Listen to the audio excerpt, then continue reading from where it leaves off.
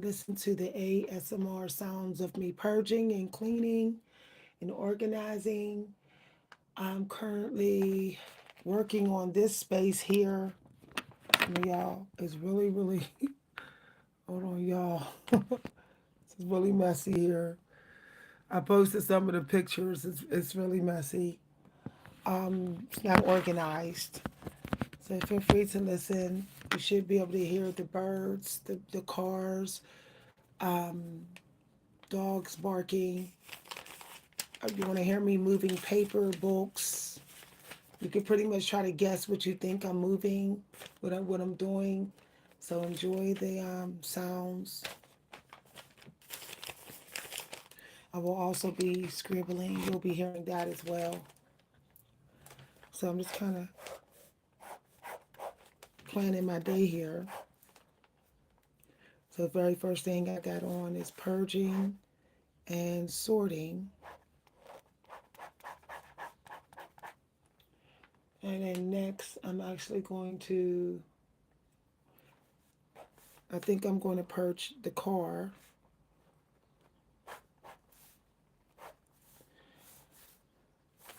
So let's get started, y'all.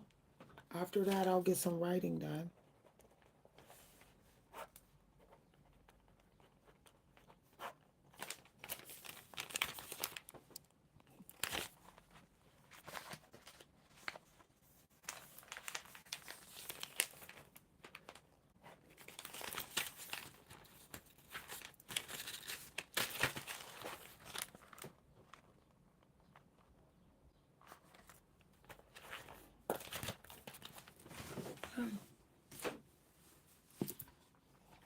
I heard this here, this sage here. I gotta find a place to put this. I can't even walk in this room, y'all. It's really disturbing. You know, when you're not in a room for a while, when you go in there, then you realize how busy you've been. That's the beauty of having kids. You have kids at home, they can help you. My daughter works a lot, so she can't help me. So what I'm doing right now is just sorting the lesson books, putting them with the other lesson books here. They're all mismatched. I just put on some clothes I already wore since I don't want to get no clean clothes dirty. So I have to find a place to put these books at. Oh, I'm going to have to purge my bookshelf because I'm running out of room. There's no room for these books. Oh, this is going to be a long video. It's just literally, it's just so, I got sick this week, y'all. I mean, this past 30 days, some of y'all may not know. I came close to having to be in urgent care. So I really wasn't dealing with this room. I got this jacket here. These pants. They need to come up out of here. There's a whole pile of clothes right there. Oh, this is crazy. I don't even know what to do. Towels, washcloth, underwear.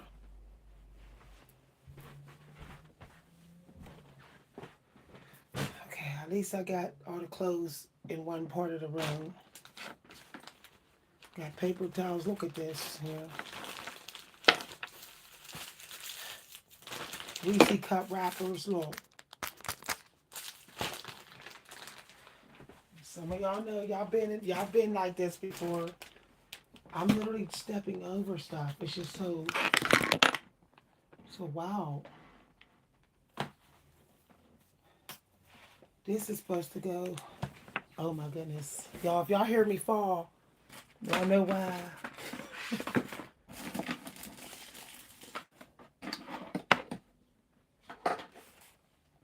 Okay, that goes there. It's gonna get kind of loud, y'all, because it's so much stuff. Look at this. Why is that even in here? It's folded, so it's clean, definitely clean. Candles galore in here. Bought this new candle. Good vibes. Ooh, child, what was that? Y'all, if y'all hear something break, y'all know why. It's real wild up in here. It's literally this is deep. What is this? Y'all, there is medication on this table. I don't even know what it's for.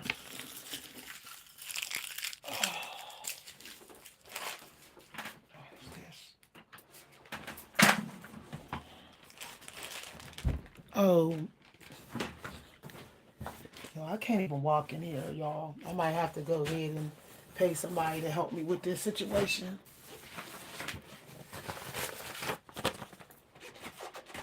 I've been trying to pay people to come in here and help me purge this house because I'm surrendering it. I want to be moved out of here within a year or two. I'm not going in my 50s.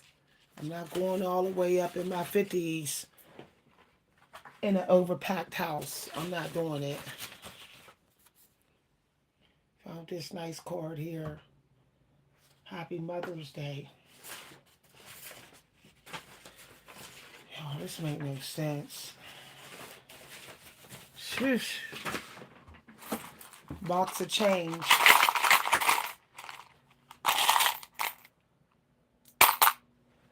Coins. And then if I sit up here and say I ain't got no money, I'd be lying because there's a box of coins there. There's a little cup of coins there. My bookshelf is real unorganized. I'm like trying to figure out where that don't go there. Where the lesson books go versus my own books I wrote. I mean, this is, I don't know, y'all. Cleaning solution in the middle of the floor. Darn.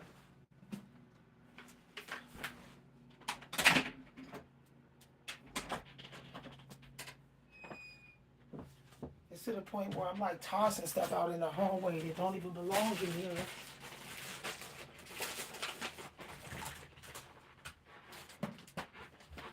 This is what happens when you get real sick that you can't get out of bed. I got so sick I couldn't get out of bed for a week. Could barely get out of bed. And now I got to deal with all this by myself.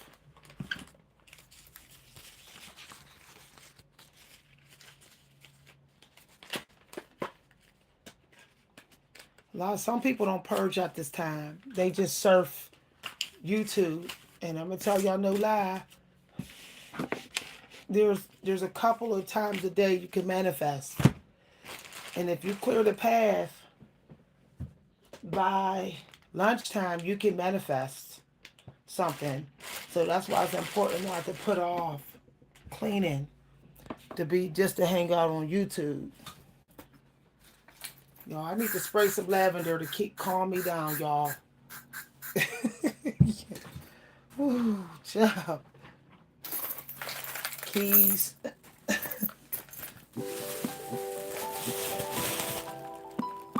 Hold on, y'all. I'll be right back. I'll be back in 2 seconds. Okay, y'all, I'm back. I told y'all I'd be back in a couple of seconds.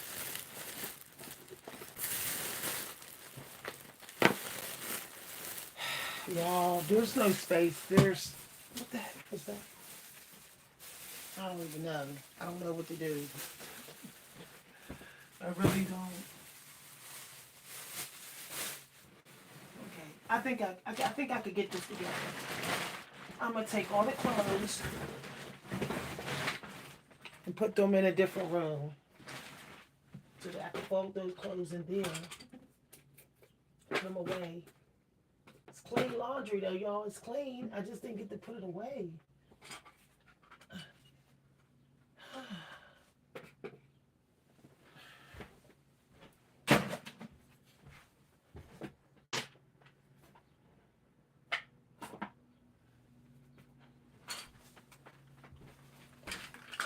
Tape. Look at this, y'all. That actually goes with the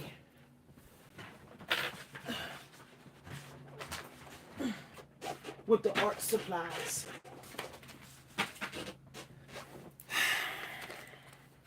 There's CBD on the floor. Well, I don't even know. I'm just trying to be able to walk in here. When you have a messy creative space, it could be a sign of you tapping into becoming a genius. Most geniuses, they don't have time to clean their house. They normally will pay somebody to come here and do that. Do this here, what I'm doing. They won't do such heavy cleaning because they're too busy creating. This is why Stephen King talks about if you're going to be an artist, you need a lot of money to start with. You need a decent amount of money to start with so that you can, pay for the help. Well, all you have to do is to just focus on your gifts.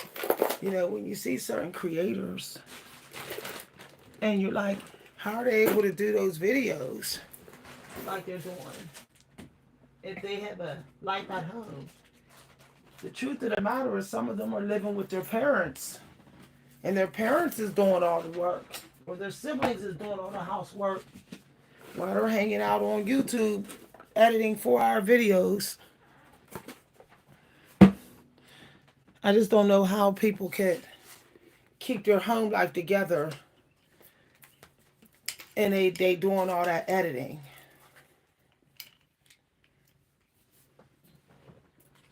It's wild. This is some heavy work in here.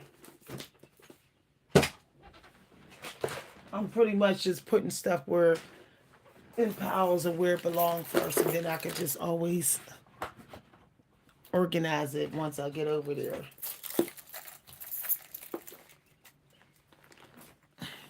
Okay, these keys are going to go in my purse where they belong.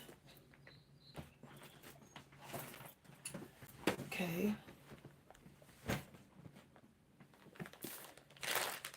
Bill Collins is going to go on the bookshelf. Wherever. I don't even know why this is on the bookshelf, y'all. This is just wild in here. This is so unorganized. It's actually pretty shocking. I could tell that I kept getting sick over the past year.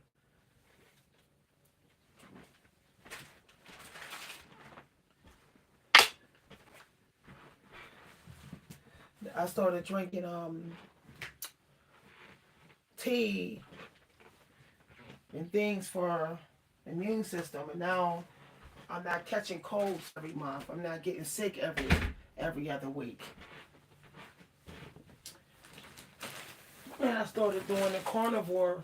I ate more meat, a lot more meat than anything. I eat very little raw vegetables now, and I just prefer to get my energy from meat mostly, and electrolyte water, and a little bit of fruit. And now it seems like I feel stronger.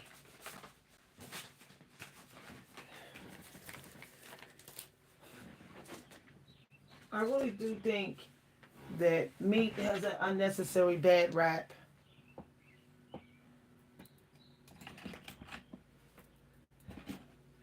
Okay, I'm going to put this in the bathroom, put that in my bag.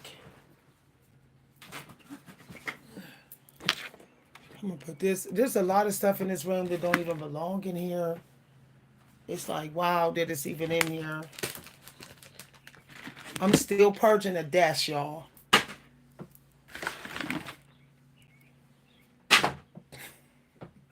It's to the point where I'm just throwing this stuff now. I don't even know why this is in here.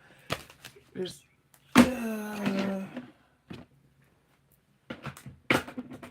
okay. This has to stay on my desk because I am studying this book.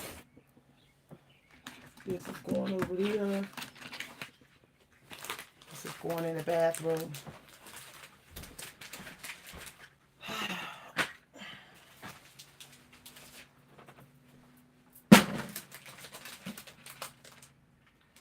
Oh, no, that don't go.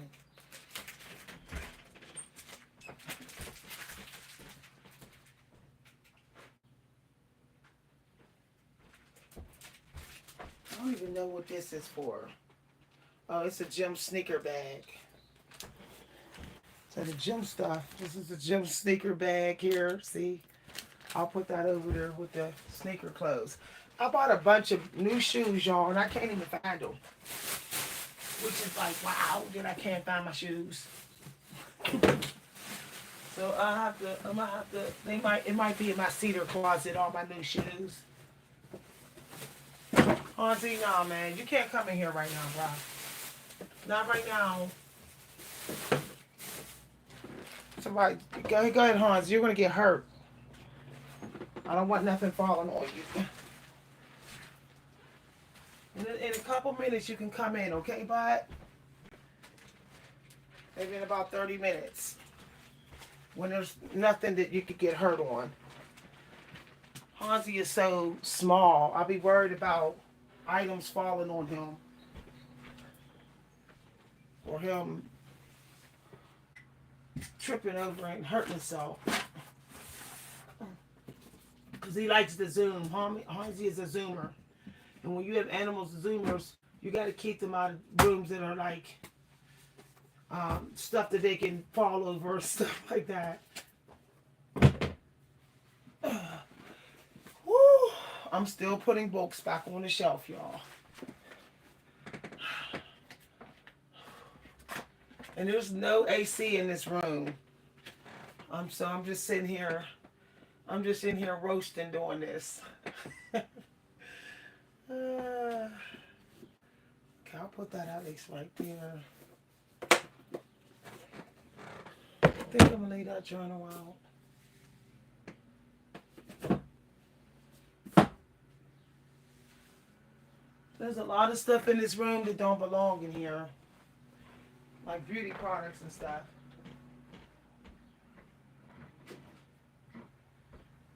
I just put it all in the bathroom where it belongs.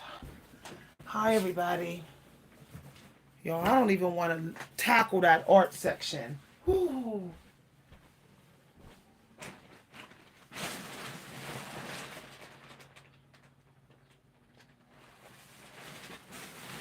I got a ton of clothes here. Okay. Damn, darn it. That's a lot.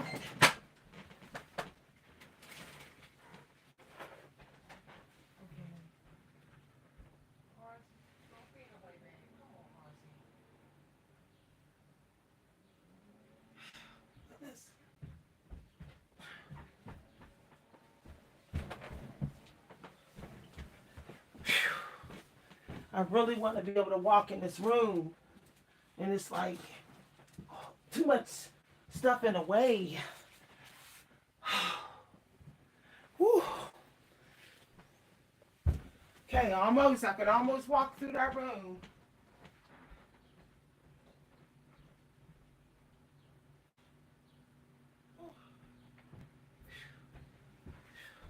Shoot, y'all, hold on, y'all. I'm about to put on some shorts.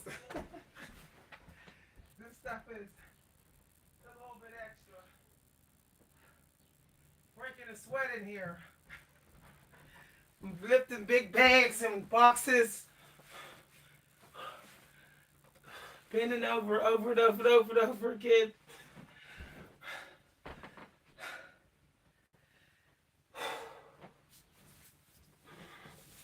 Okay. I'm going to have to spray some more lavender to calm me down. And could y'all believe after all this lifting, moving and stuff, I'm still only 20% done with this robe. And I literally offered to pay people to help me purge each room. I have to purge, y'all, because I'm not trying to I'm not trying to grow old and die in my daughter's house. I'm not. I'd rather live in a high rise, a little small apartment. That's where I want to die at, y'all. In a cabin home, a little cabin house, or a small apartment. Because I don't want my family members or no one to have a lot of work when I die. They basically all they got is pretty much my creative stuff, one dresser drawer, and my body to get out the place. I really want to begin a Swedish cleaning. I think when people get over 40, they need to start purging their house and preparing for their exit. I know that sounds dark, but it's the truth, y'all. We don't know what this thing gonna do in the air. It might change again in about 10 years, and then we all in panic again. So we don't know, you know. And supposedly in the year 2030, it's supposed to be too hot for us to go out. It's supposed to, the sun's going to be too hot. Like it's going to be over 100 degrees all the time.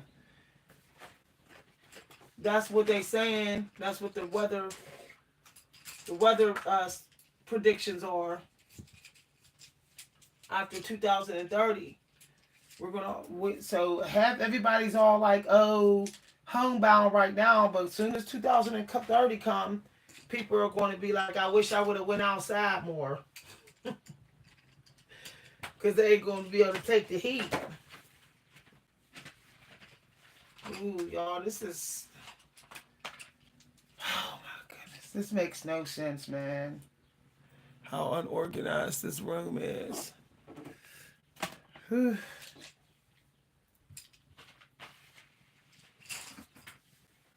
What is this? I might have to go at this room again tonight. That's what's going to have to happen. Cause this is no. I'm looking in a box right now, y'all, and seeing what's in this box. Hansi, no, babe, no, don't come in here. Don't come over here. It's dangerous, bud, dangerous.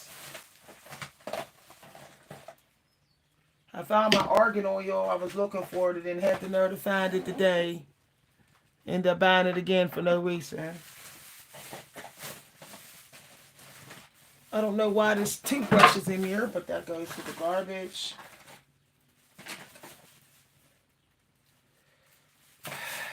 Y'all. Okay, here's what I'm going to do. Beauty stuff is getting out of here. Place for everything and everything in its place. I'm looking through these boxes and seeing what could go, what could stay. What is this? Garbage.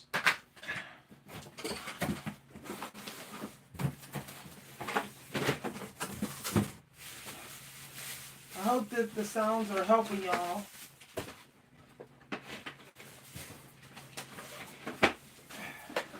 This one guy in the art group I'm in, he said his room ended up being stacks of papers to the ceiling. Stacks of art stuff and papers to the ceiling. I said, woo, child. I said, I'm not going to let mine get that bad. I said, I'm not letting mine get that bad. I told him, I ain't following in your footsteps. He was the host of the workshop. I told him, I said, I'm worried that I'm going to be overwhelmed by so much art stuff. He said, I already am. He said, I got art stuff and paper literally all the way up to the ceiling in one of my rooms. I said, woo, child. He said he can't let, he said it's like years and years and years of art and supplies. And he said he can't let go of it for some reason, and it's just piling up. I was like, dude.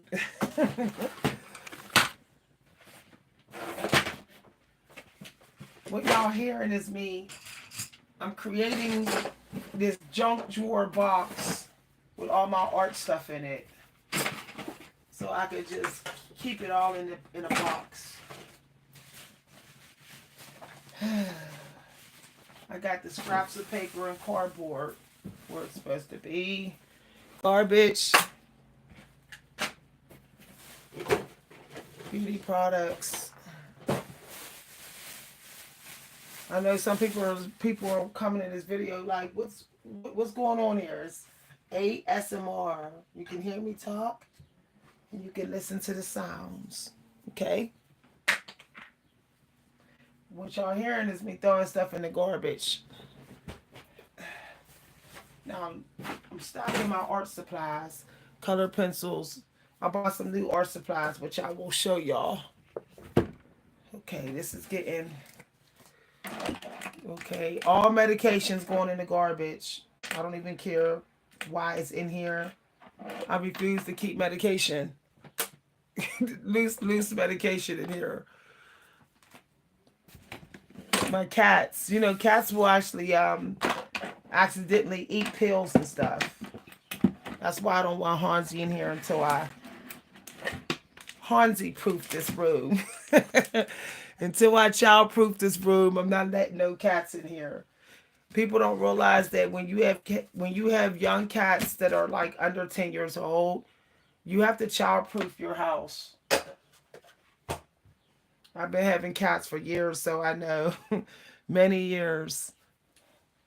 Because cats will put anything in their mouth. They will literally eat anything off the floor. They're like toddlers. Until they get about 10 years old. Then they're like in their 70s. But they still have a 3-year-old mind. Cats' minds are no older than like 4 years old. Like a 4-year-old in human years. They're basically babies for their entire life. They're babies. They're toddlers. So you have to child-proof your house.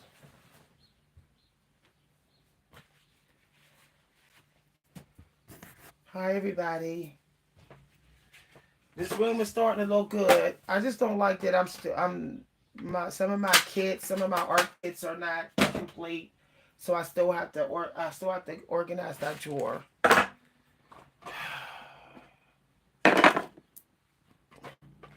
So I'm sorting my desk now, y'all. That's what y'all hearing. Alright, it's looking more spacious, y'all. It's starting to have balance. I can feel the energy changing. I can feel that it's becoming a more energetically balanced in this room. I don't know when I come in tomorrow morning if there's something left that needs to be where it belongs. Okay, I think this doesn't belong. That's still going to get in the way. What is this? That's a rainforest incense. I think I'm going to burn that. I'm going to burn that now while I do this. Okay. I'm trying to make the room have more space in it. Almost at least as much space is taken up equal to how much space, it's complicated, but energetically I can tell when I've done it. One day I'll teach it and how to tell when your space is going to be abundant for you energetically after you have cleaned it. There's a way to tell. I feel like I'm just like I think I am a guardian of Akashic Records because this stuff just keeps coming through to me. Okay, I need to make sure. My goodness. Okay, that could go there. There's a hair dryer in here, but it's in here for my watercolor stuff, so it can stay in here. All that fitness stuff gonna have to go over where the fitness stuff belongs. That's in the wrong vicinity. It doesn't belong with the art supplies. So It's almost balanced, y'all. Getting pretty close. It's not yet. This room's not balanced yet. But it's getting close. I can feel it. Because it's not giving me... The strength of the anxiety is going down. Like how it's causing me anxiety by the imbalance. It's going down. Okay, so... just to make sure this room is clear by 12 o'clock, because I have a group to go to. I have an event, a party to attend. So I need this room. Okay, there's my CBD box. CBD.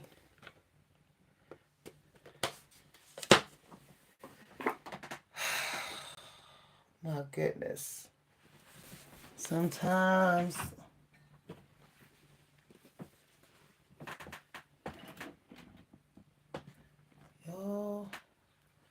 okay, I guess I'll figure it out later. There was some other CBD here, but it's not showing up.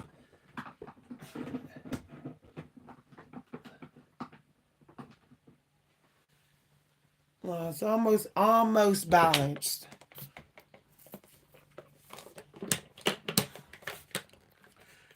Got my juice. Hans, you can't go in the window yet. See the stuff? Ow, ow. See, I even stepped on something. Go ahead, Hansie, for a minute. Okay, give me a minute, bud. There's sticks and everything in here. I have to vacuum. Here, come on. Come up in the window. Hansie. But you want to go up in the window? You come in here, you go in the window. Or you can't walk around, okay? Mwah. Sit in the window. He gave me his head, y'all. He bowed his head towards me as to say thank you. So I gave him a kiss on his head.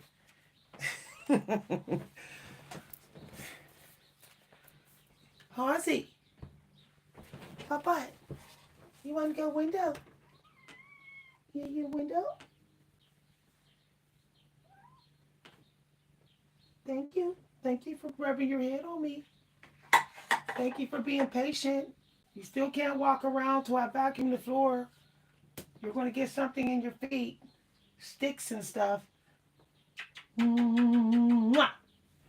Thank you for giving me your head.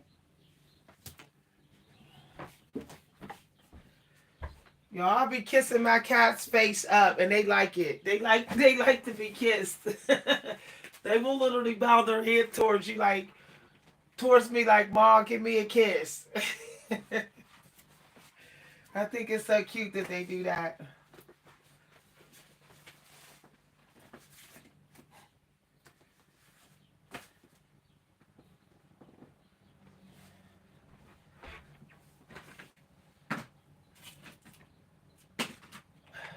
I'm still picking up stuff off the floor, y'all, that could be dangerous for the cats. Y'all, I done caught the cats with pills in their mouth. Y'all, dangerous stuff. My one cat on Christmas, we had left some utensils on the floor. He ate the utensils, and the utensils was hanging out of his butt, y'all. And we had to pray that they weren't wrapped around his intestines. That's when we learned that cats sometimes will eat anything they see on the floor, because they'll play with it and then they'll end up swallowing it by accident. And then they got to go to the vet to get it out their stomach. So normally if a room hasn't been swept or not organized, I'll shut the door to that room so the cats can't get in there and get hurt. Y'all could tell I was a good mommy. Shoot, if I show y'all pictures of my apartments when my daughter was little, you could practically eat off my floor. My house was spacious. I ain't put nothing in it. It was empty because I ain't want my daughter to get choke on anything, or put anything in her mouth. So the only thing that was ever allowed on my floors was her toys. There was literally no art, nothing in my house. um, because I just didn't want her going after it, climbing on the couch and pulling down a painting or trying to get to an artifact or something. So I had an empty house till my daughter was done with that stage. So she's about 10 years old. I kept pretty much nothing in the house, nothing that she can mess with and experiment with.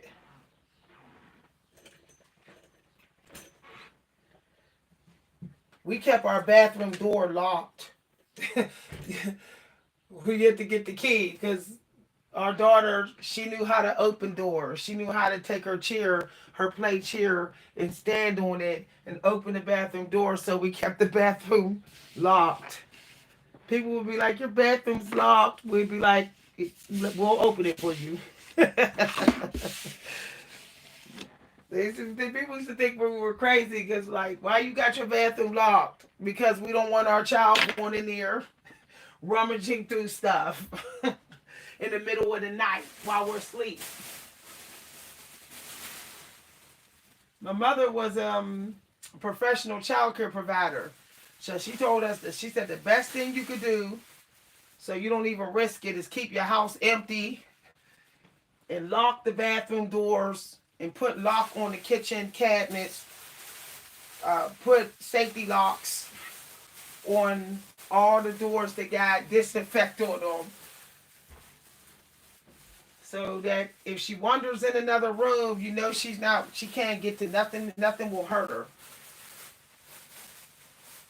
Because toddlers can be very sneaky. They'll sneak away from you so they can mess with stuff.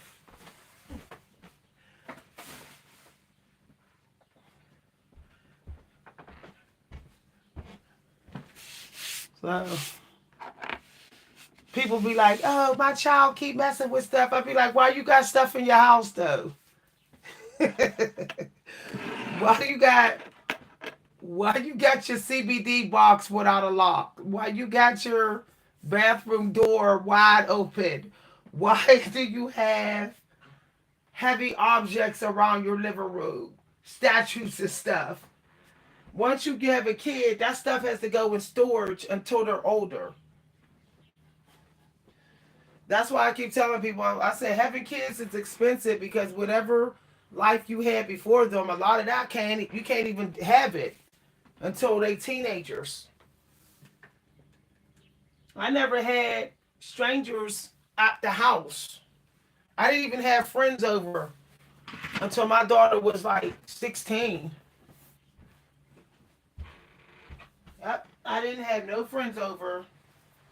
Only people that was allowed in my house until my daughter was like 16 was family members. And even then, they weren't allowed out of my sight.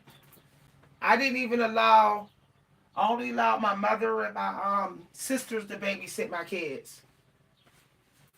I ain't allowed nobody else. If you didn't grow up in the same house as me, or you didn't grow up in the same house as my daughter's dad, my husband, then you weren't allowed to watch my child.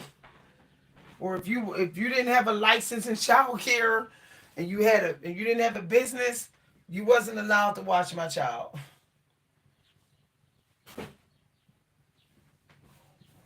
My daughter had licensed babysitters that had their own businesses where they had an address, a business address, an EIN number and stuff. I said I'd rather pay more money than have my daughter being babysitted by somebody who's abusing her off camera. It's like it's a no, because those daycares now they got cameras through those daycares. So when you take your kids there, that they right on camera, right on camera. But when you got somebody come to your house to babysit your kid, if they know about your camera system, they know how to turn it off so you don't see what they're doing, all type of weird stuff.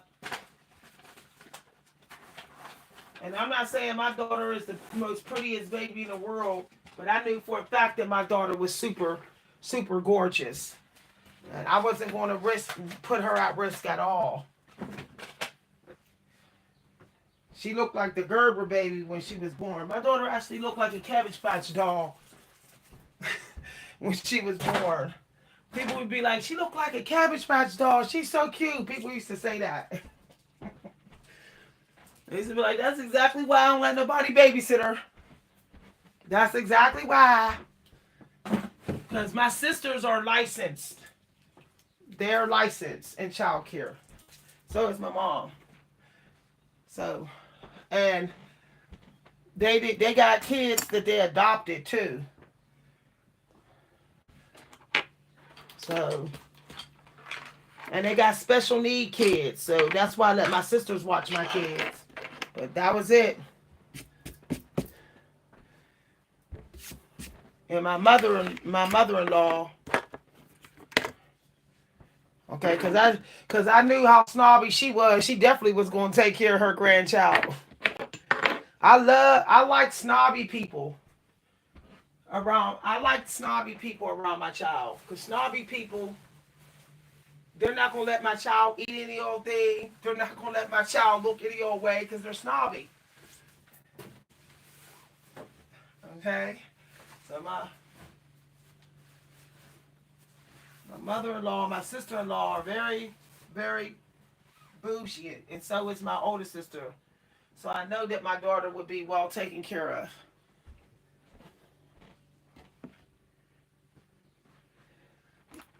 I hope y'all enjoying the sounds.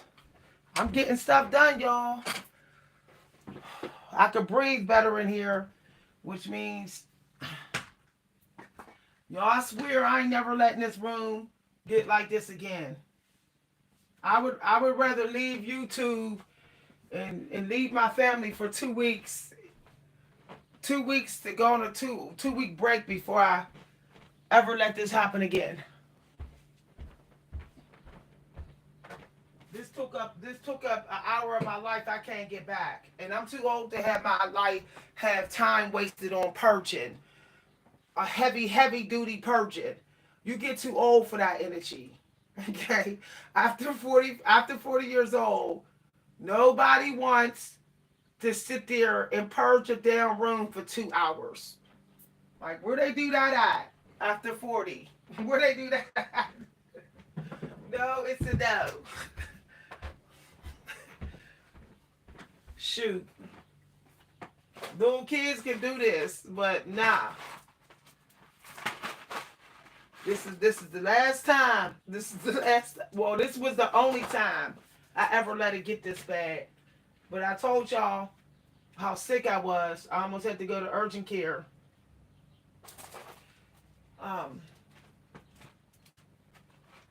What y'all hear me doing right now is just pretty much, y'all, this room was so mismatched. Okay?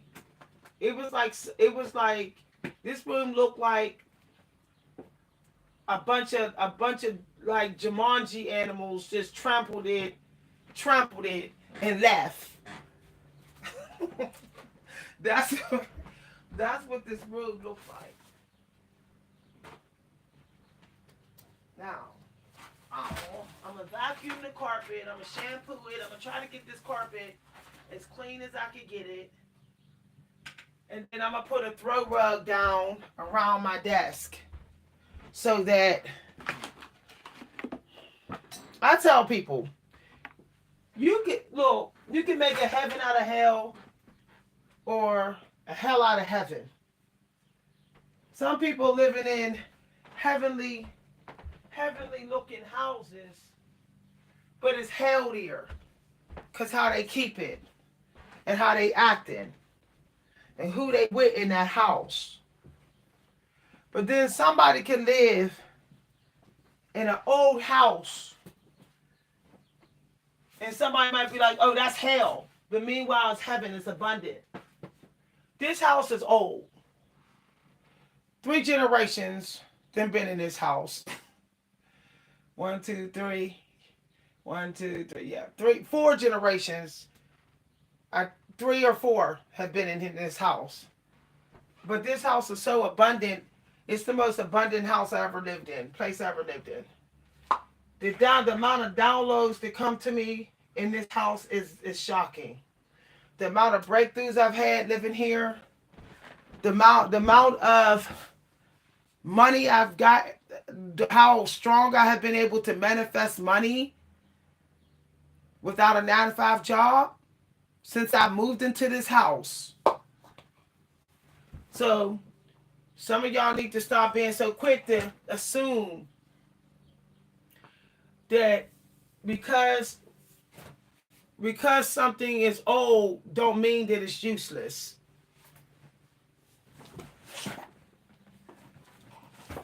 Because let's forget, some of the most famous people wrote their best works living in old places or living very humble.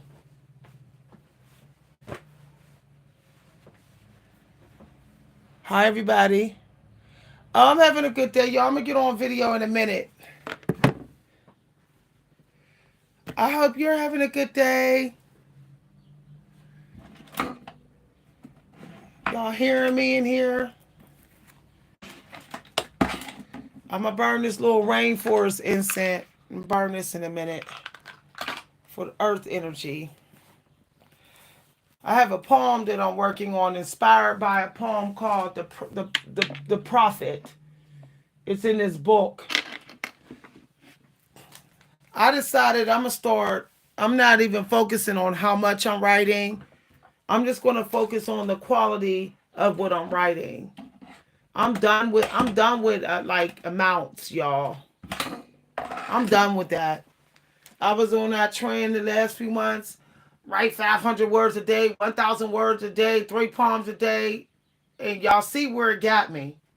I'm in here purging this room because I was obsessed with the amount I was doing rather than the quality of what I have already done. So I'm done. I'm off the trend of chasing quantity. It's mentally exhausting. Okay?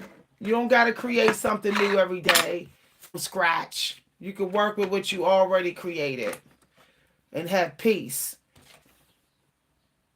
I just found I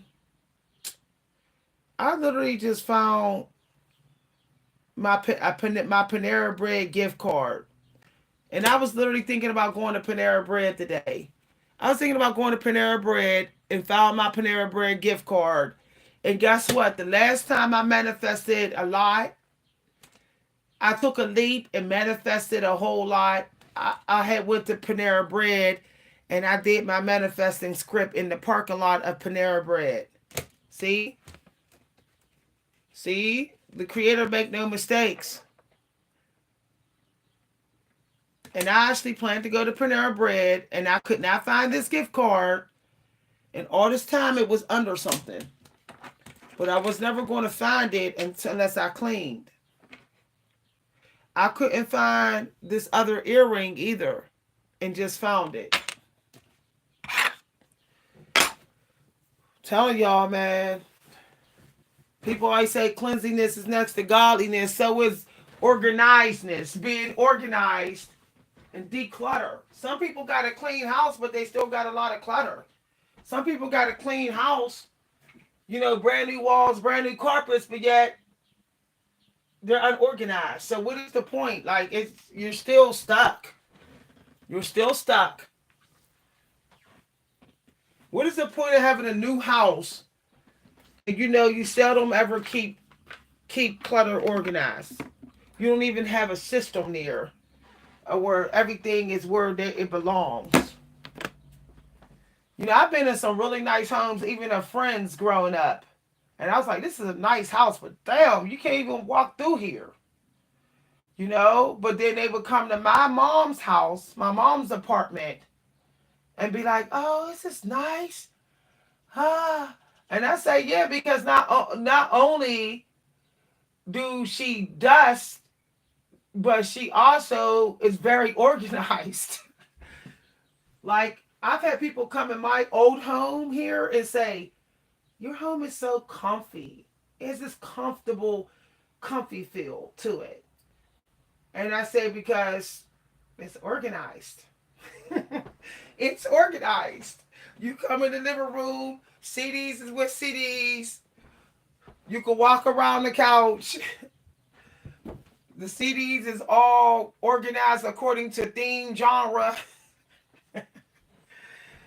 Uh, that's one thing I was always happy that I did choose a father of my child who is literally an organizing declutter junkie. My husband hates clutter. He hates disorganized energy, and he doesn't like house baggage. So because he's like real strict on that, he motivates me to be in the same energy. So it works. I think he has, if I recall, Capricorn rising. So of course he's going to be in that energy when he gets up, like organize, clean, count money, budget. You know, he likes to wake up and just immediately start dusting and vacuuming and organizing and gardening, and he likes that type of stuff. Me, I gotta like motivate myself to do it.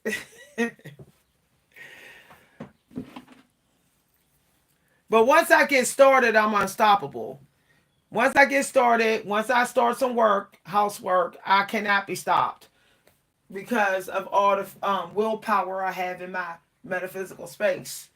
I have so much willpower, motivational, elemental energy that once I get started, it's like, okay, I got this. But it's all about getting started. That's I be procrastinating. I didn't procrastinated on this room for 2 months. Until I said, oh, I can't procrastinate no more because I'm backed up with work. I don't want to be working on my projects with this upcoming Gemini moon that we get in. Praise the Most High. I don't want to be tapping into my genius abilities and having to deal with a messy office space at the same time. That's not going to work.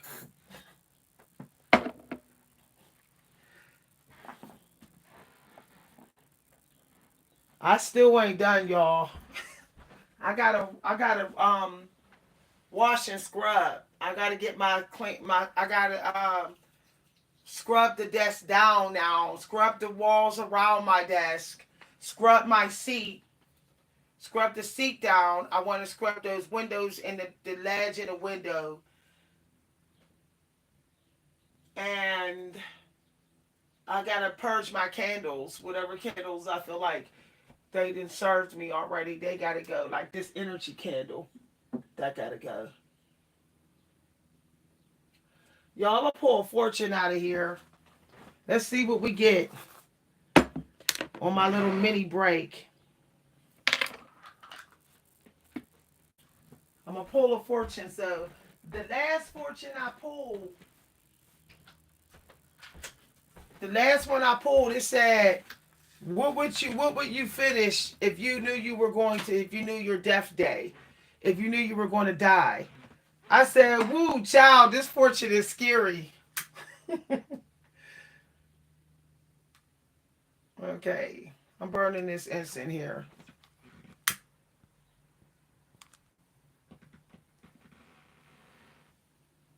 So I just want to get some of the forest smell in here since it's spacious enough for it to go through the room now. Basically, I'm inviting my ancestors in here with that to help me with some of the grounding because I feel like I'm getting drained. I'm inviting my ancestors to give me some energy.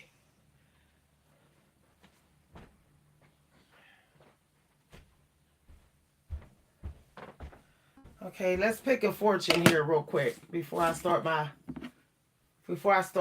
hand cleaning this room and I sweep the room. Let's get a fortune out.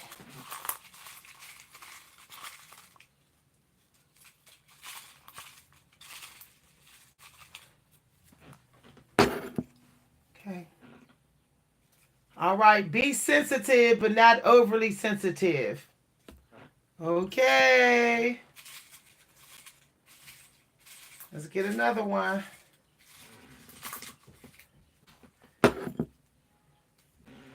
Don't be so critical and overly concerned about details. Oh, that is for me. That is for me.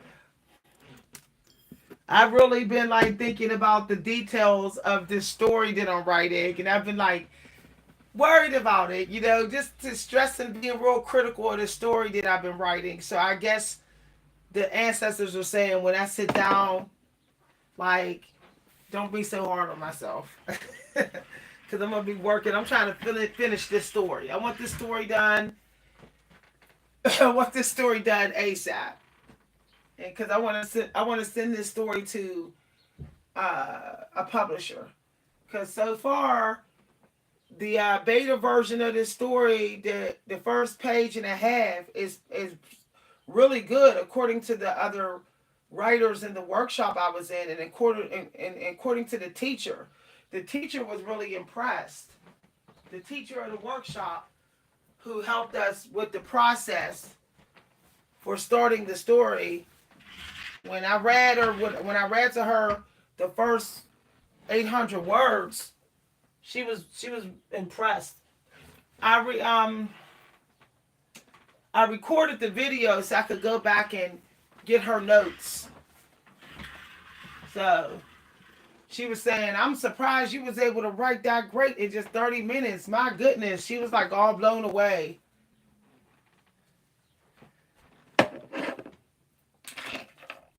I literally felt like, the funny thing is, when I was writing the story, it literally felt like I was there. I don't know if I like reality jumped or whatever, but it felt so real to me as I was writing it.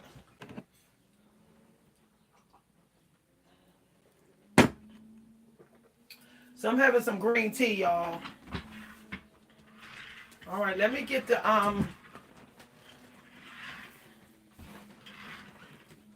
use this lavender to wipe my seat down in the table. So I got these lavender wipes here.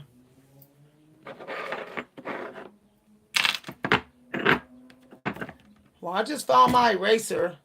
I couldn't find it before.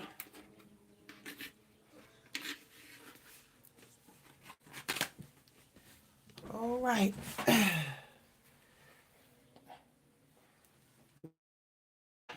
The desk down and my seat.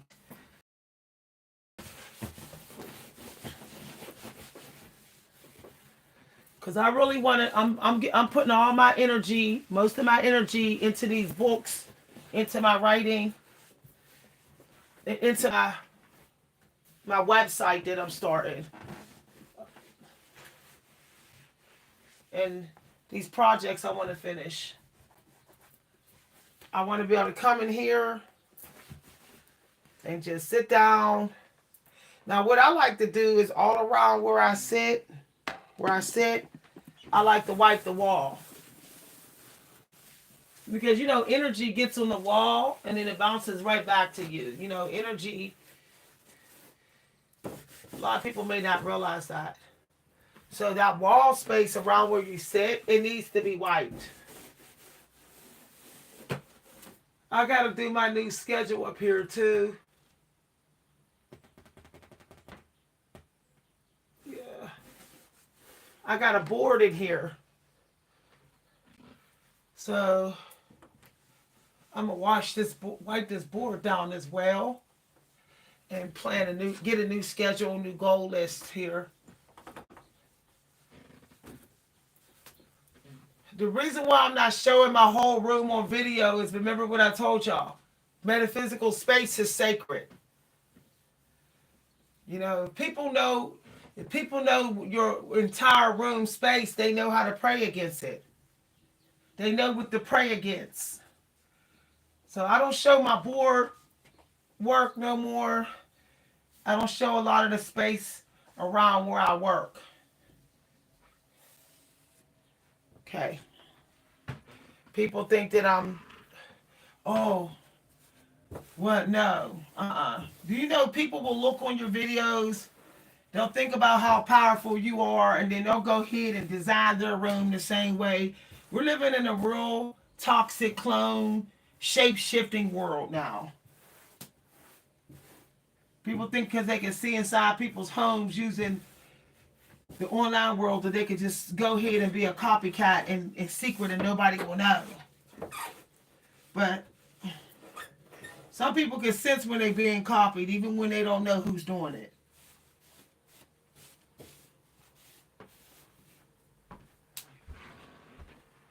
Okay. So I went around my desk here. My board looks pretty clean enough, even though I'm gonna clean it again. I had got as a download earlier.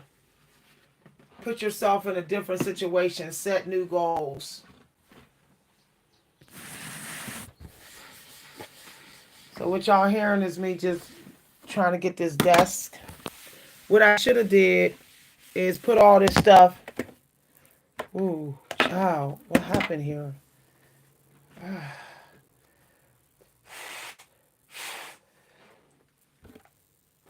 Okay, let me just. Whew. Oh, I didn't realize that was runny like that. It was trying to run on my USB.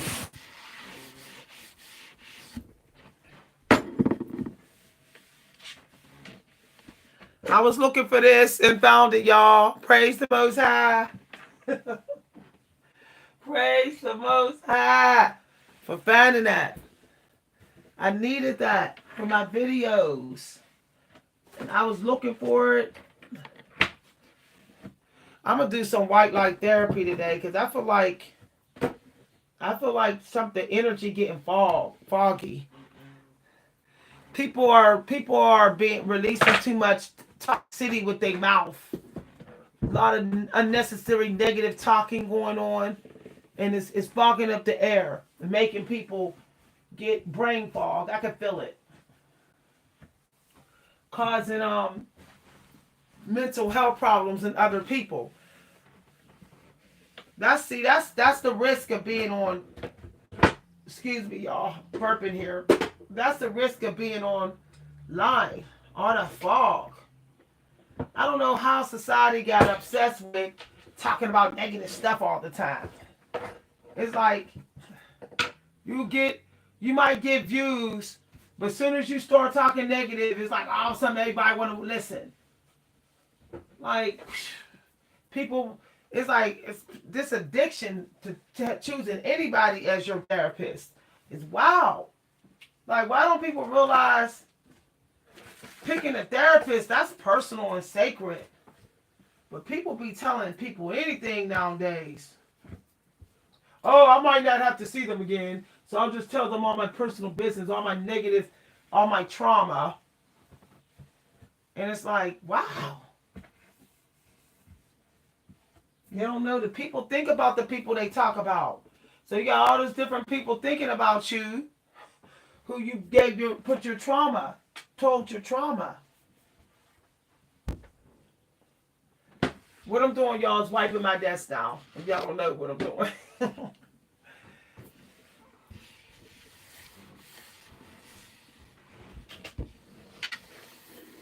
Cleanliness is next to godliness right now. Praise the Most High. You know what people forget to wipe on their desk? Underneath. They love the people often wipe the parts of their desk that they can see. They forget to wipe underneath the actual desk. And yet their legs are under the desk. I was just thinking about that, y'all. Okay. Hi, everybody. See how this video don't got a lot of people in it? Because people are obsessed with having to see people, strangers. Like, I can watch a video without even seeing the person on video. I don't need to see their face. If I came for the lesson, I came for the lesson. But we living in a world where people keep wanting to see strangers. Wanting to be able to stare at strangers. I want to be able to stare at a stranger in peace. I don't want nobody being to tell me, why are you staring? I feel like the world is becoming low-key creepy. It's a lot of low-key creepy energy. It's like, oh, I can't go to the nightclub. I'm not going to the club and bars to watch people. So I'll just get on YouTube and watch and stare. I'll sit in my tinted window car at the park and stare at people. Yo, it's wild. I never thought this world would be so obsessed with staring at people. We really wasn't into staring at people when we was back in the 90s. We was too busy caught up in having a good time. Now there was always a couple people that we would catch at the club just staring at people. We would say they was creepy. But nowadays that's like normal. People are normalizing creepy energy. And that's kind of scary. And then saying, oh, somebody got beat up for staring. And like, oh, that makes somebody insane. No, you're insane for staring when you see the person is giving you a look to like, stop staring at me. You're insane. To keep staring, to be just staring some complete stranger down, and you see that they're looking at you like, why are you staring at me? But you keep doing it. To me, that's poking. That's poking at the person. And as soon as somebody say, what the F you staring at, you want to say, oh, people say, oh, you toxic, you ghetto. No, you're ghetto because the person is looking at you like, get up out my grill, but you still staring though. y'all, y'all, I don't agree with that one black male teacher on YouTube saying, black people, they fight over staring. Why the hell is black people staring at each other so hard? They ain't staring at white folks like that. So why don't you mention that? I wanted to tell that black guy on YouTube, why don't you mention how black people are purposely staring at each other and sending negative vibes in their stare?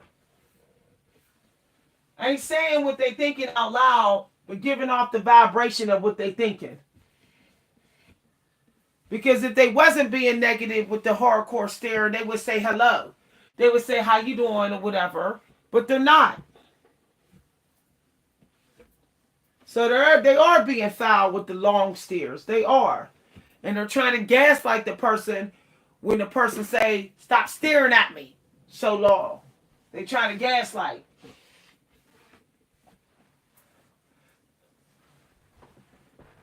I will literally be like, damn, take a picture. I'll literally put a book up on the side of my face, in front of my face, if somebody's staring at me a long time. Or I'll bend over right in front of them so they can get my butt to kiss. And then when I turn around, they ain't staring no more because they don't want my butt in their face.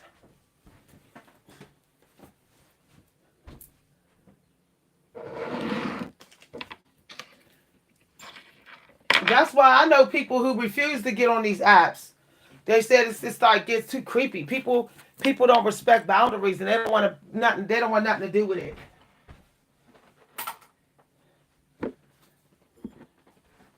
Okay, I feel like this got better. I can feel the difference. Okay.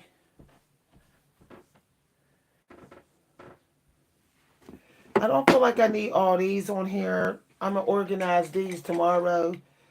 I do feel like I need the pencil, maybe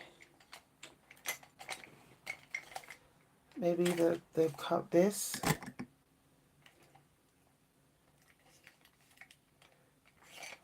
Maybe this one.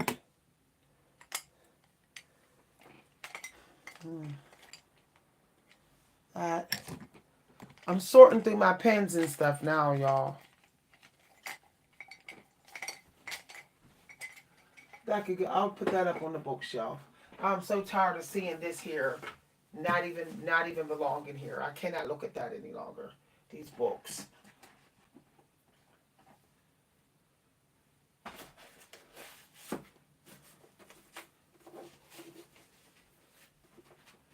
I bought this book right here, and it's full of crap. Dude talking about writing poetry. I'm like, I'm trying to understand what you talking about teaching and writing poetry.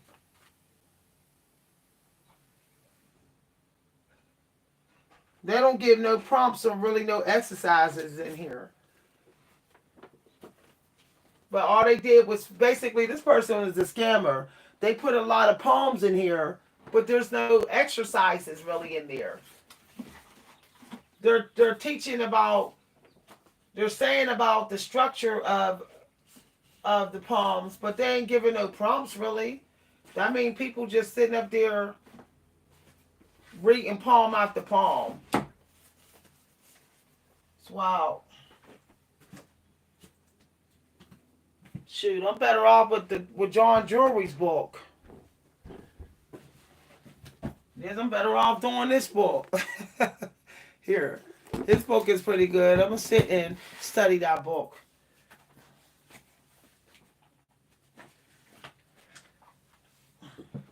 At least he has prompts in it. Wait a minute. Like this one right here. Introduction to Poetry. I don't see no prompts in here. Tell you anybody can write something nowadays. Anybody can teach something and don't even um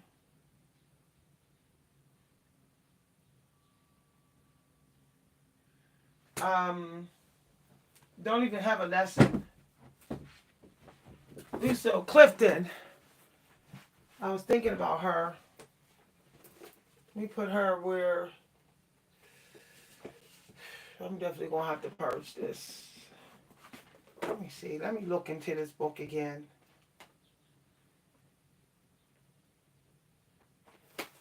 These books, these here. Y'all can hear me talking.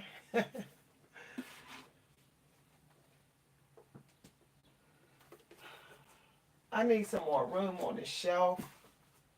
I really don't want. Okay.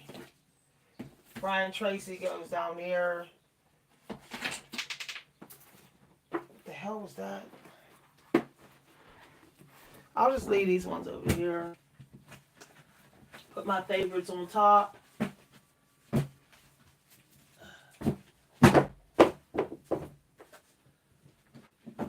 Okay.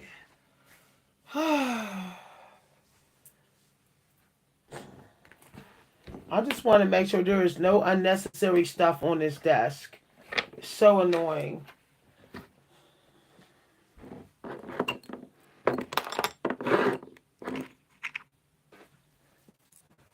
Okay, it's getting there. It's getting really close. The balance is getting very, very close.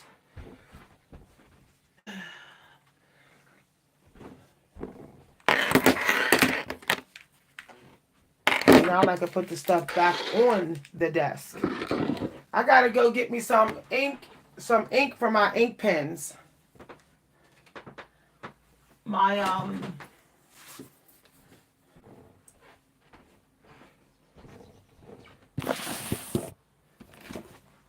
Okay, I gotta wash this laptop. I got John Drury here. I'm gonna study his book today. Okay. I'm gonna wash my laptop down now. Then next, when I'm done off this video, I'm gonna do my phone. I'm doing nothing but purging all the way up until my creative time. I got the highlighter here. I'm gonna be highlighting some stuff in John Drury's book.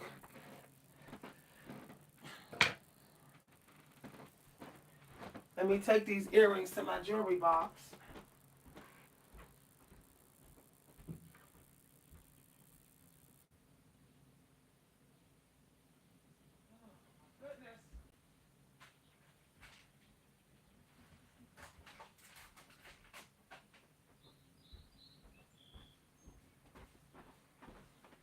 I'm so tired of seeing this mess when I walk in a room. I don't want to see mess right before my eyes. this corner over here, the corner of this room where my laptop bag is at. I don't want to see that no more.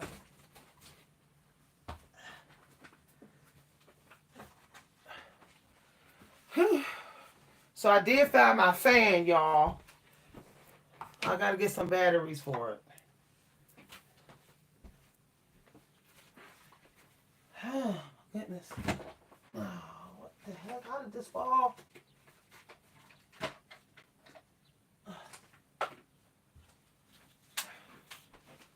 My blow dryer, this extra blow dryer's in here and don't even need to be in here.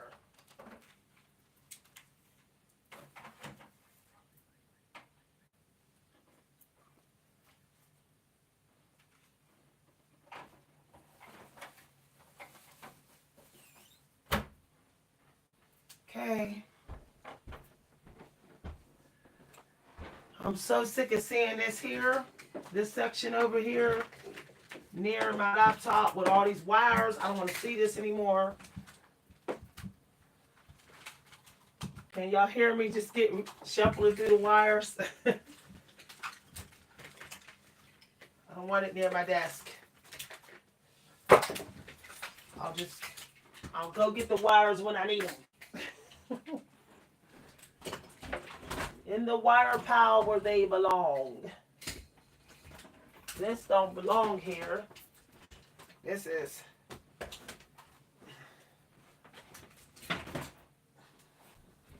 I know some of y'all like, I wish she would come and do my room because she's still at this.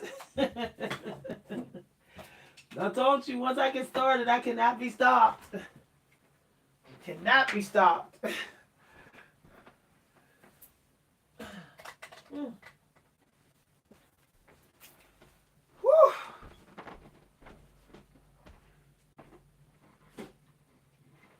Okay. So now I'm down to just sweeping, shampooing, and I'm picking out a throw rug, a decent throw rug. I'm gonna see if they got some throw rugs on clearance or at the Goodwill that's in decent shape. Because I want to section off my desk from the door so that when people come in here, they know you can only go to the carpet. Once you walk to the carpet, you got to stop.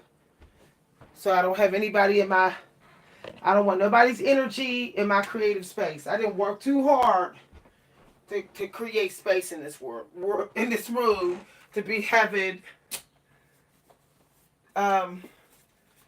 people all, family members who like their little drinks and their little weed and stuff. I don't want them in my creative space because they're not creative. So they're not contributing to my space when they come in it. They're going to be taken from it. So it's like, if you're creative, okay, you can step in my space because then you're going to make a deposit. But if you're not creative, you stay away from the carpet. The throw rug is the limit. You cannot stand on the throw rug.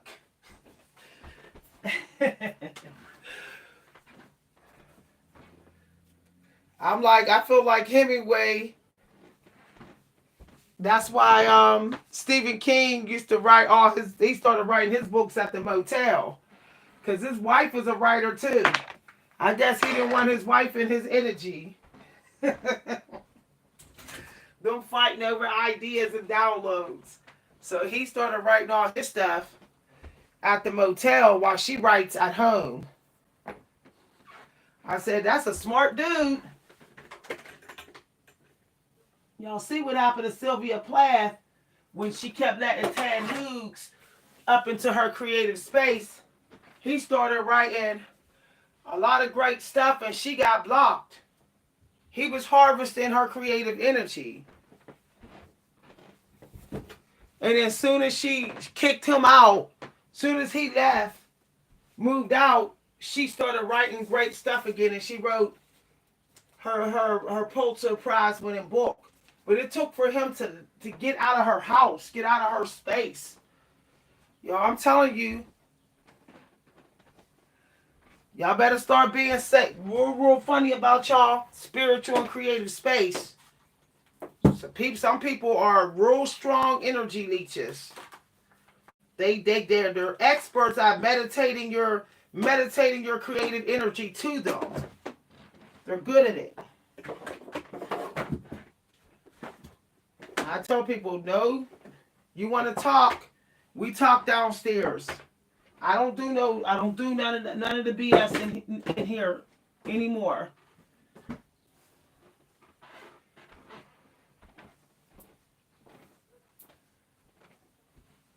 Hi everybody. I sound like my mom when I say that.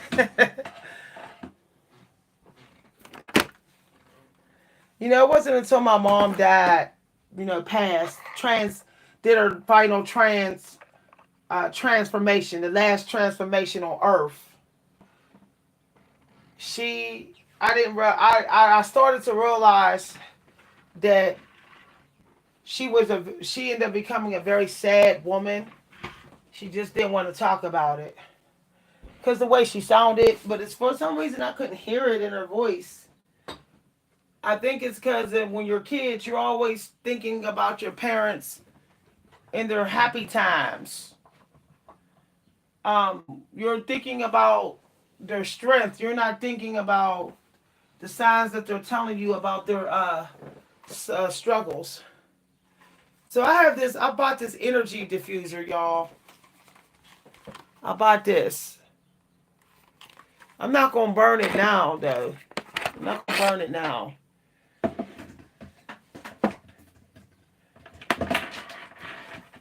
because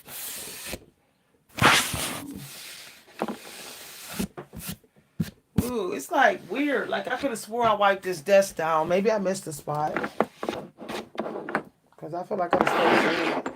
I got this amethyst here on my desk and a Himalayan salt candle, a little incense holder. So I'm basically fan shuing my desk now, or fan sway, however you want to say it. So I'm facing. This is, I think, north, and this is east. But that's that's the west over there. So I'm going to have to move my art supplies over there. And the stuff that I'm not using, I'm going to have to move it to the right of my room. I literally just noticed that it's not creatively fan shooed in here. It's not. Like the desk is, but the space around it isn't. So that's what's probably causing some block or confusion. So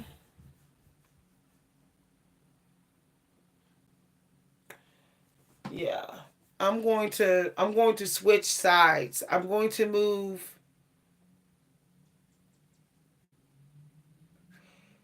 the spare blankets and spare pillows. I'm gonna move them to the right of the room, and all my creative stuff I'm gonna move to the left because that would mean it would be northeast if I put it east and north. Now my books are right; they're northeast. Maybe that's why I be getting downloads. I be able to connect to the books a lot. I be getting creative ideas whenever when I look over there because they're northeast. But this stuff over here is northwest. I mean north. Let me see, east, north, east, west, south, north, south. No, this stuff has to be moved.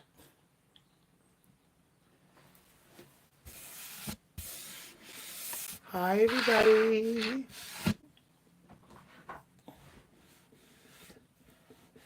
I gotta wash under that desk again. It's like my work is never done. I'm gonna spend like 3 days just I'm gonna come up in here again. I don't want no dust on my desk at all. And it seems like I keep going in over and over and over and over and over again.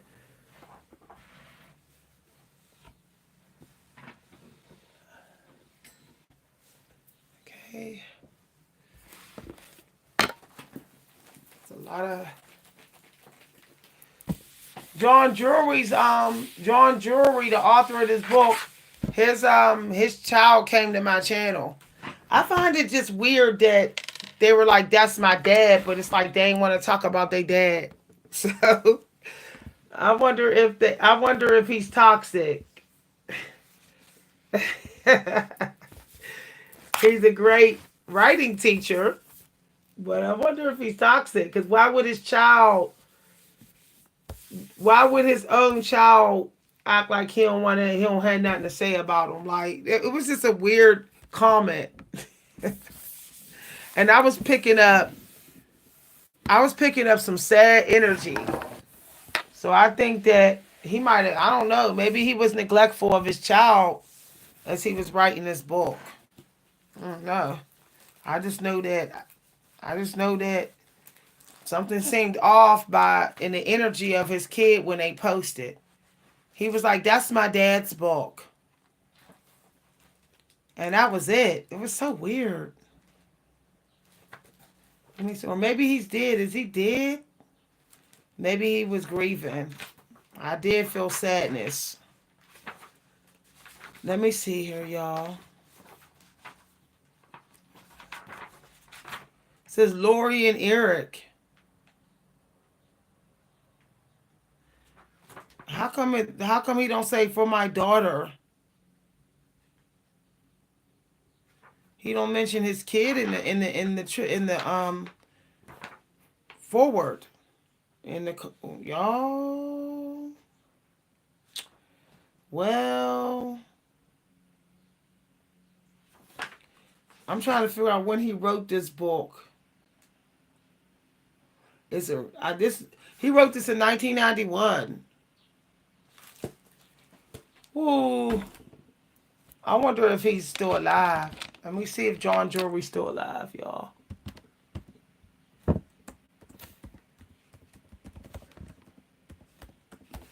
I damn sure got to burn some lavender in this room now.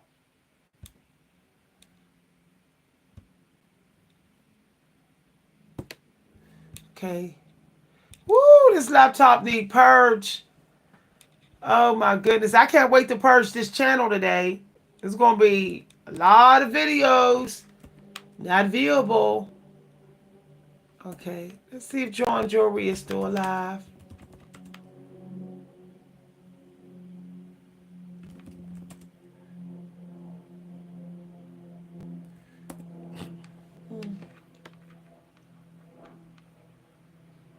It says Abel Muse. I remember Abel Muse. John Phillips is the author of 5 collections of poetry. So he was by the other. Mm, okay. He would. Looks like he's still alive, but he. What? Let me see. Interview with John Drury, author of. Mm, see here.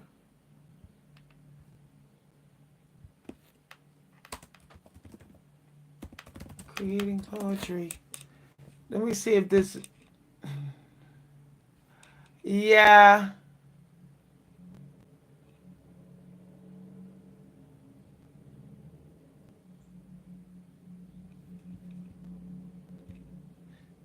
Okay, he's still alive, but let's see. John Drury.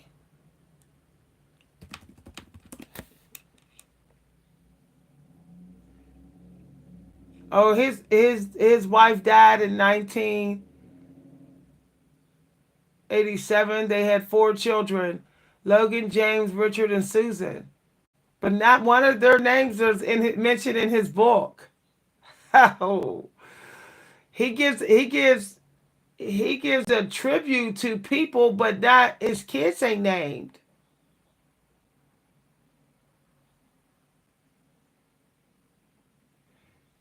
Is this the same? I don't know. I wonder if this is the same writer. No, okay, yeah. He's married to a poet as well. Man, people gonna learn a hard lesson about marrying people who do the same thing you do. No. Then soon as they get successful and you don't, you're gonna be bitter. No, that's a conflict of interest. I'm a poet. I would never marry another poet.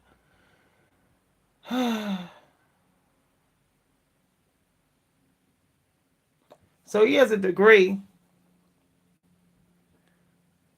I did the IY Writers Workshop. I don't remember him teaching it. After teaching it.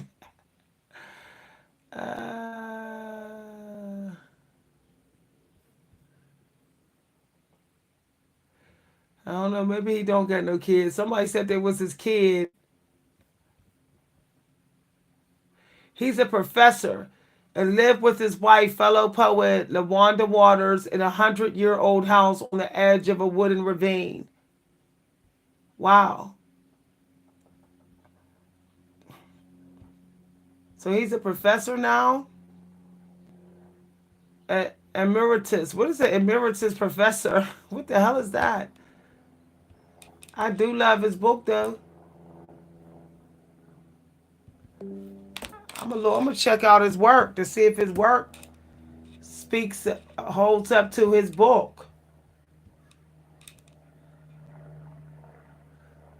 Mm,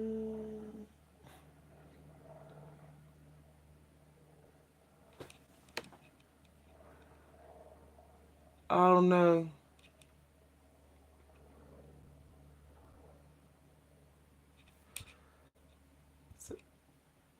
Uh,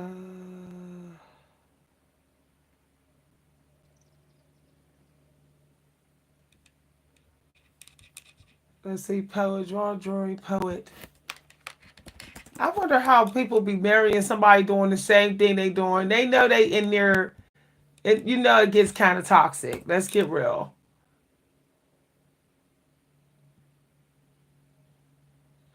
Oh, he got another book called The Poetry Dictionary. I might go ahead and buy that one too. What is an emeritus professor?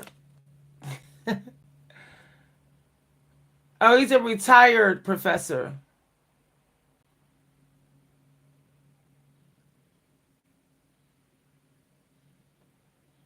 He's retired. Okay, let's look at his work, y'all. And I could go through his work because I'm gifted in writing poetry. Yeah, we're gonna see here. We're gonna see if he's like the Matrix poet or he's actually. uh, we're gonna see here if he's a one-trick pony like Bill Collins or is he distinctive? Let's see here. Okay. Well, it can begin now this evening, whose provenance remain unestablished. It has been unrolling for some time just beyond the sliding glass door, preceded by signs, the dust rising in the wood. No, no. And filling in the open spaces, the men and women waiting on the corner for the bus. No, no,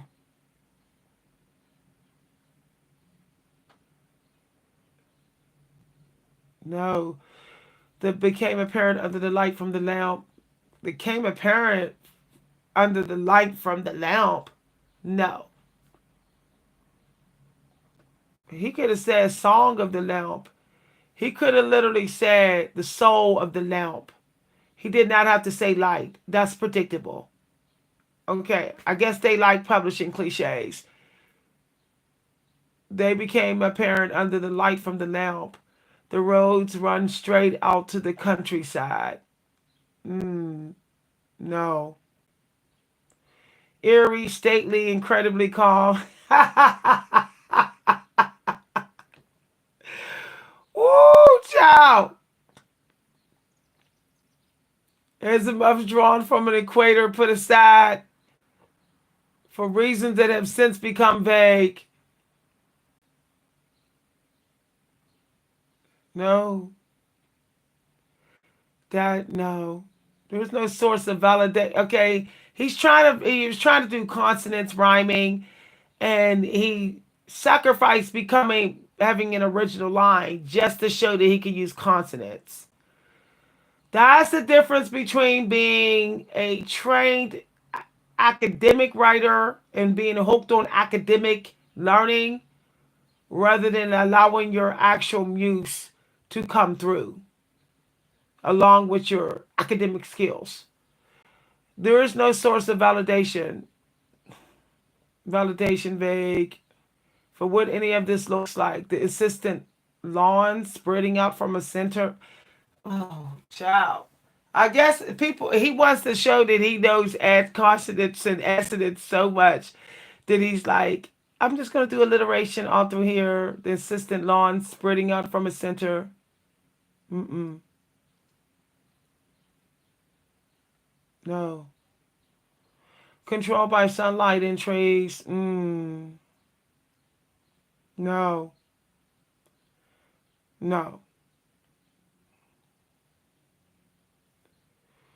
There's another word he could use for controlled. He could have gave personification. He could have done personification instead of that flat word controlled. I mean, what's he trying to do? Say the lawns or mechanical stuff, equipment. No, that fell short. No. The veranda, the window facing north.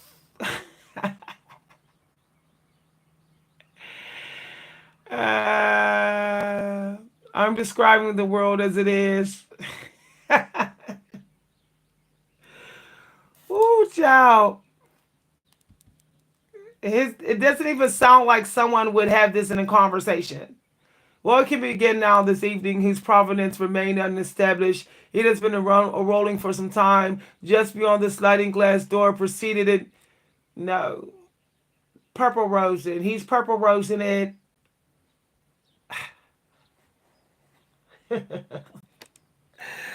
Ciao. No. He literally just did alliteration with sound devices through this whole piece. He's like a one-trick pony. A one-trick pony in this piece.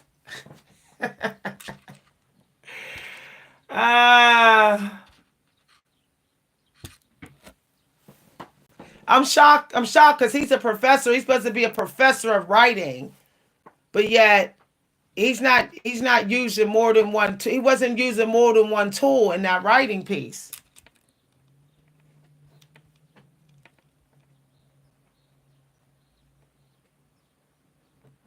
Mm-mm. Lure markers start with deer hair, hackles, hairs from a. He's like an embellished version of Dr. Seuss. Lure makes start with deer hair hackles.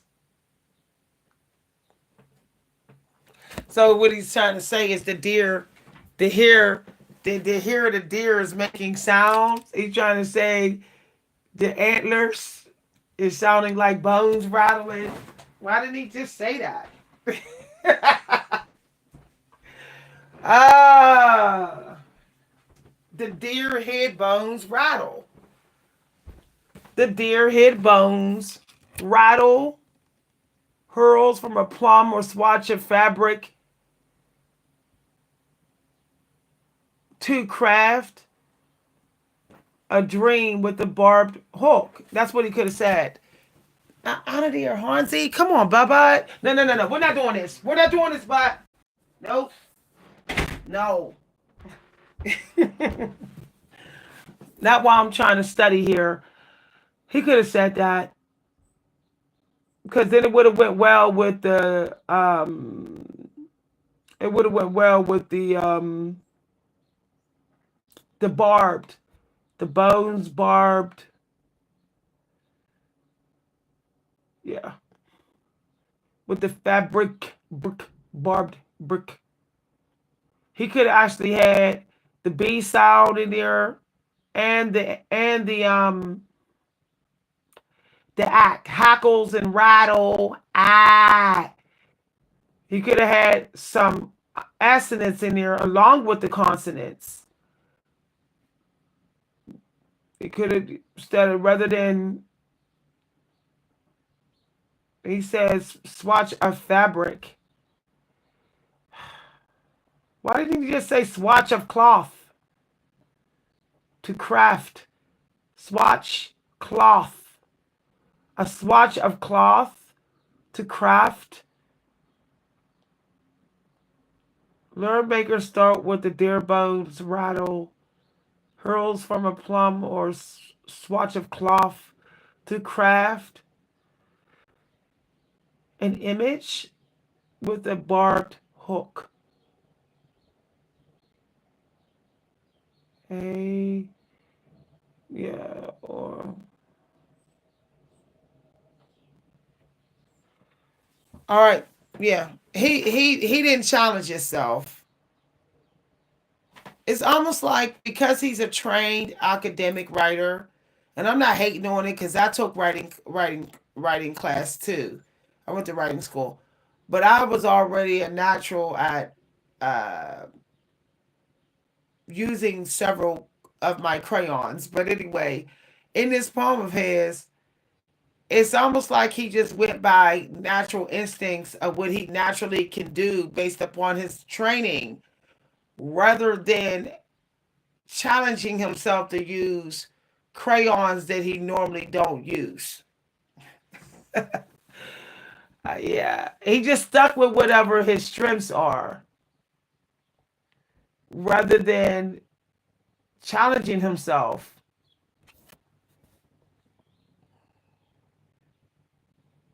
He did not have to say he wanted the fabric, hackles. He already has the C sound in there. Craft, bakers, kirk. He already has that in there. So he did not have to have the hackles in the fabric too.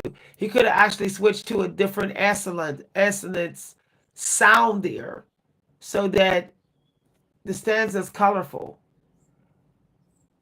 A swatch of cloth. He could have had the audier and the I in there and the C sound in there. And then it would have been like he was having fun with the stanza. But it looked like he just stuck with uh the predictable, what was predictable.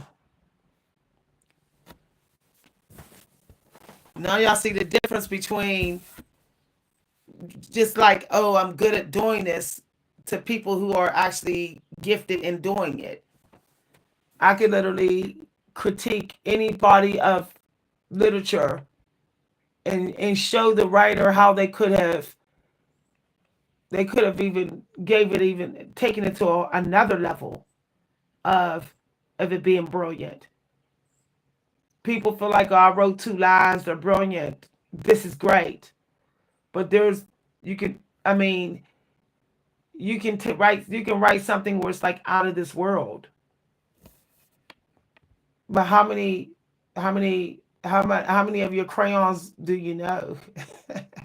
It looks like he just sat out 2 crayons and said, okay, this is it.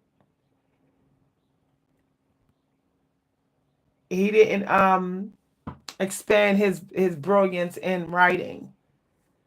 I just feel like the writing is so safe. His is safe. A seasoned waterman gouges an eye, curves a bill, carves, curves, carves. Car-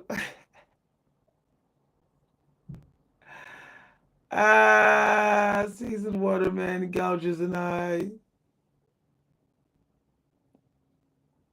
Why did he have to say gouge? Bill, pine, him, it.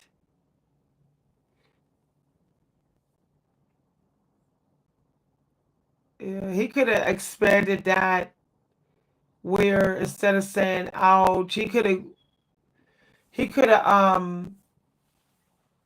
why didn't he say shovel? He could have said shovel. He could have picked a better action verb than that one.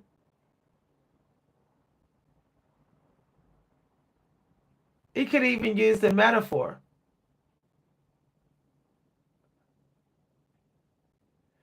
He could have said a seasoned waterman removes an eye, like, and had a simile there.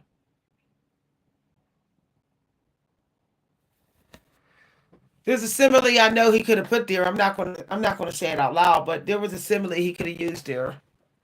That would have gave him that would have gave him a simile there, and then he could have stuck with the alliteration, the sound devices.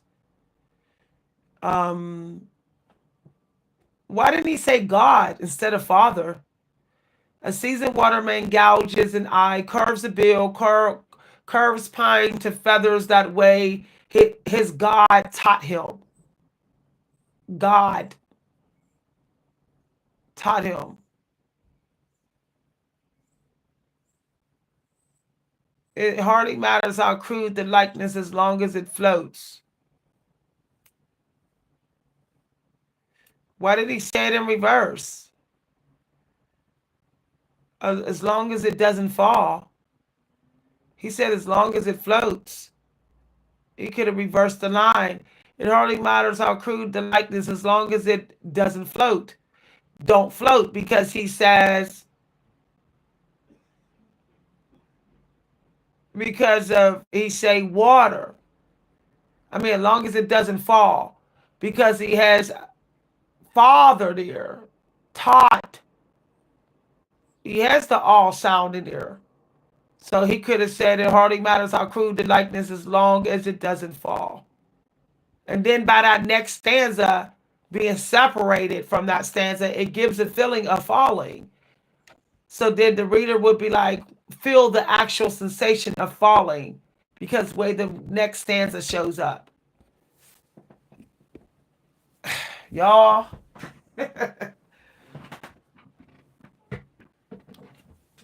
sometimes, why didn't he say,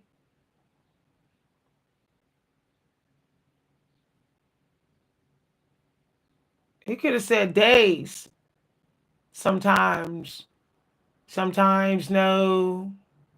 There are days a live duck is trapped and leashed for bait. See, that would have gave him some more alliteration. There are days a live duck is trapped and leashed for bait.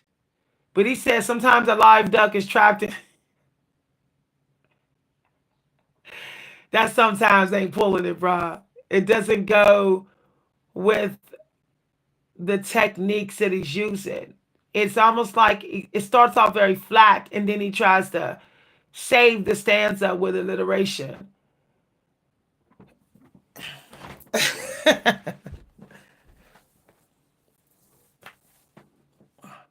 Some people study paintings, I study literature. Some people critique food, I critique literature. Some people critique people's bodies, I critique literature. Some people critique YouTube videos, I critique literature. I'd rather get I'd rather increase my brilliance critiquing literature than thinking I'm going to increase my brilliance through just critiquing people walking down the street. uh, no. I think that these are his first drafts, and I guess he thought because he used a certain technique really good, one device really good, one main device really good, that it was like good enough to submit for publishing.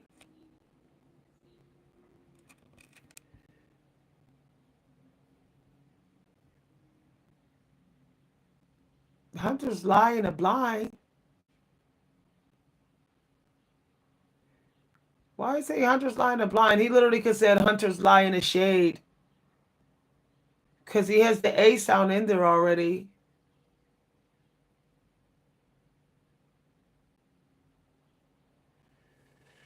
Uh, Hunter's lie with shaded eyes. Shady eyes. Hunter's lie with shady eyes. We're squad to deal with pokers with shot for chips, except for the guide. See? But he says Hunter's lie in the blind. No. If he would have said shady eyes, he would have been given the personification. He would have been giving the eyes like almost like the eyes have their own personality. But he didn't do that. He says hunters lie in the blind. Mm-mm. Why didn't he add some other devices? It's like every poem that I'm reading of his, it's just soundy, soundy, soundy. He's not thinking about the other devices that can be woven within that device. And I'm shocked because he's a professor. Make it make sense, y'all. Make it make sense.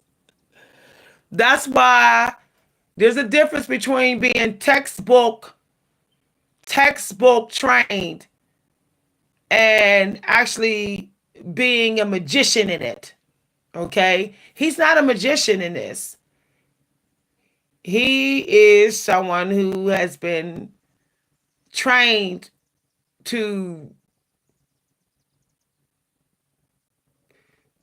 basically use one part of a resource of a magician. He's not a wizard. He's not a literary wizard. I'm a literary wizard. He's not a wizard. But he is a trained student. He's an apprentice. He's still an apprentice. He's not a wizard. But yet he has the title of a wizard if he's calling himself a professor. All right, y'all, this is a deep video. uh, the floodgates opened after I cleared this room. Studying and critiquing is still creating. So I always say, if I'm not writing anything new, I can always take something apart. I can tear something up. Hi, everybody. I'll see y'all later. Thanks for listening. All right. You can't use none of the content in this video. Copyrighted and protected.